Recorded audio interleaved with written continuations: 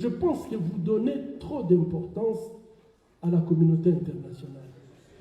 Moi, je suis sérieux dans ce que je vous dis. Lorsqu'un peuple décide, prend son destin en main, il n'y a aucune communauté internationale qui va s'opposer. Ils vont vous suivre. Mais vous, dans notre pays, nous sommes convaincus que pour diriger ce pays, il faut que vous ayez les Américains et les Français. Vous vous trompez. Je pense qu'on a beaucoup d'exemples des pays où le peuple s'est levé et le peuple a donné l'option et la communauté internationale n'avait pas d'autre choix que de suivre. Je vais vous donner un exemple très récent. La guerre commence en Ukraine. Qu'est-ce qu'on propose à Zelensky? Quittez l'Ukraine, on va vous accueillir en France, on l'a proposé en Angleterre. Vous avez suivi ça? Zelensky a décidé de mourir chez lui. Qu'est-ce que ça a donné? Aujourd'hui, on l'a soutenu. C'est puisqu'il a montré qu'il a la volonté de se battre pour son intégrité territoriale.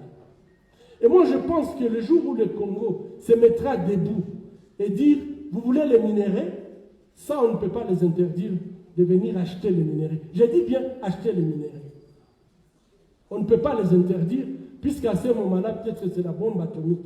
Mais lorsqu'on leur dit, vous voulez acheter des minéraux, nous voulons vous donner des minéraux, mais il faut que ça soit propre.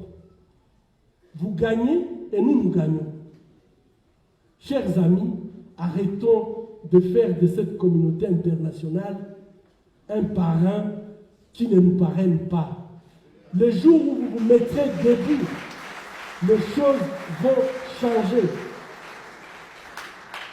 Les multinationales, il y a des multinationales qui sont dans la mafia, etc. Mais je crois que, chers amis, tout dépend de nous. Lorsque nous avons les niveaux de corruption que nous avons, lorsque nous n'avons pas de cadre juridique, qui peut commencer une affaire ici à Bukavu? Est-ce qu'à Bukavu, il y a encore des hommes d'affaires? Ils sont tous disparus. Et je pense que le plus gros problème, c'est qu'il n'y a personne qui peut faire des affaires normales au Congo à l'heure où je vous parle. Le niveau de corruption est tel que tout ce que vous pouvez essayer de faire comme affaire au Congo, vous allez tout simplement avoir 50 services de l'État qui viennent vous taxer.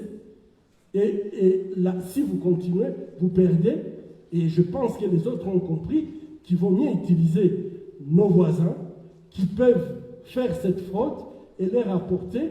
Les minéraux sont blanchis par les lacs Kivu, sont blanchis par nos rivières, et bien ça devient des minéraux consommables. Mais les jours où vous, la jeunesse, vous allez vous lever et dire « assez, c'est assez, je ne peux pas être licencié en physique et être motard », ça va changer.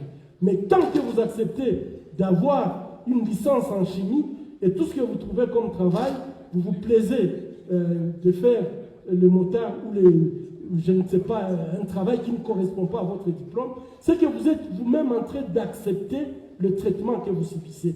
Refuser, c'est la solution.